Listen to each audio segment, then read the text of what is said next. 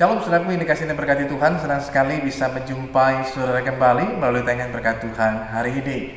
Dan pada kesempatan hari ini sudah dikasih Tuhan, kita mau belajar tentang betapa pentingnya dalam kehidupan kita untuk kita menjaga hati kita. Jadi bukan hanya kita sekedar menjaga kesehatan kita, tapi kita juga perlu menjaga hati kita. Kita mau belajar hari ini dari seorang raja di Yehuda dalam 2 Tawarik pasal yang ke-26. Ada seorang raja di Yehuda, anak dari Raja Amasya, yaitu Raja Uzia. Ketika dia menggantikan ayahnya, dia diangkat menjadi seorang raja di Yehuda. Pada waktu itu umurnya masih 16 tahun, masih sangat muda. Itu sebabnya pada awal ketika dia memulai karirnya sebagai seorang raja di Yehuda, dia memulai segala sesuatu yang mengawalinya dengan hal yang baik dan berkenan di hadapan Tuhan. Alkitab memberitahukan kepada kita, ketika dia memulai karirnya sebagai seorang raja, dia melakukan apa yang benar di mata Tuhan, dia mencari Allah, dia hidup dalam takut akan Tuhan. Sehingga Tuhan terus membawanya mengalami keberhasilan demi keberhasilan. Tuhan membuat segala usahanya dan segala yang dikerjakannya dibuat Tuhan berhasil. Sehingga kerajaannya menjadi makin besar, dia makin terkenal dan makin kuat dan disegani oleh semua kerajaan yang lain. Namun kemudian persoalan terjadi pada saat ketika keadaan mulai berubah. Ternyata hal itu juga telah mengubahkan keadaan hatinya. Yang tadinya kerajaannya kecil, tidak begitu terkenal, tidak begitu kuat, tetapi ketika menjadi lebih kuat, lebih terkenal, termasyhur, bahkan disegani dan ditakuti oleh kerajaan lain, maka hal itu ternyata telah mengubahkan juga hati daripada Raja Uzia. Firman Tuhan memberitahukan kepada kita dalam 2 Tawarik 26 ayat yang ke-16. Firman Tuhan mengatakan, setelah ia, yaitu Raja Uzia, menjadi kuat, ia menjadi tinggi hati, sehingga dia melakukan hal-hal yang merusak. Ia berubah setia kepada Tuhan Allahnya dan memasuki bait Tuhan untuk membakar ukupan di atas mezbah pembakaran ukupan. Awalnya ketika dia belum menjadi apa-apa, kerajaannya masih kecil, dia masih sangat muda, dia begitu bergantung sekali dengan Tuhan, sehingga dia terus mencari Tuhan, dia melakukan apa yang benar di mata Tuhan, hidup dalam takut akan Tuhan.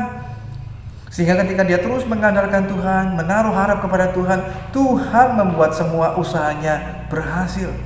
Namun ketika dia sudah mulai berhasil, menjadi besar, menjadi ternama, menjadi kuat, maka dia mulai berubah. Itu semuanya telah mengubahkan hatinya, sehingga dia menjadi tinggi hati, dia berubah setia, dan dia mulai melakukan hal yang tidak berkenan di hadapan Tuhan.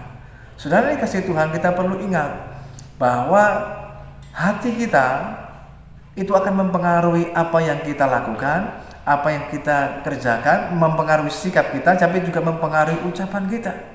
Ketika Uzia memiliki hati yang benar dan berkenan di hadapan Tuhan, maka yang dilakukannya adalah hal-hal yang berkenan. Dia mencari Tuhan, dia hidup dalam takut akan Tuhan, tetapi juga dia melakukan apa yang benar dan berkenan di hadapan Tuhan.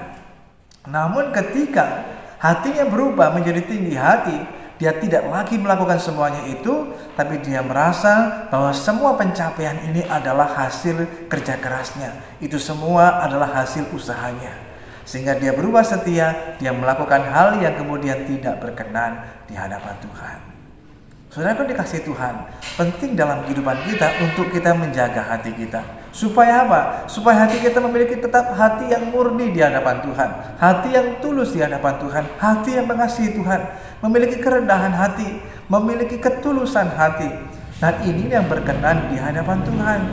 Namun dalam perjalanan kehidupan kita tidak dapat disangkal bahwa terkadang lewat kesulitan, kesukaran, ataupun kesusahan dalam hidup juga bisa mengubah hati orang. Melalui juga penderitaan, melalui mungkin hal-hal yang menyakitkan dalam hidup kita, itu juga bisa mengubahkan hati seseorang. Yang tadinya mungkin hatinya baik, tulus, tapi bisa berubah menjadi sakit hati, menjadi iri hati, dan lain sebagainya. Sebaliknya, ketika kita diperhadapkan juga dengan kekayaan, dengan nama besar, kita menjadi berhasil. Dulu bukan apa-apa, dulu usahanya kecil, sekarang jadi besar, orang bisa berubah. Dulu waktu pelayanannya kecil, masih rendah hati, masih tulus melakukan segala sesuatu dalam melayani juga. Tetapi ketika pelayanannya menjadi besar, maka orang bisa berubah menjadi tinggi hati, menjadi orang yang sombong, orang yang angkuh. Nah, saudara dikasih Tuhan, kita perlu belajar. Yang pertama, kita perlu jaga hati kita supaya hati kita tetap murni di hadapan Tuhan, supaya hati kita tidak terpengaruh dengan situasi yang ada di sekitar kita. Sehingga apapun itu mungkin bisa terjadi, tapi hati kita tetap terjaga dengan baik.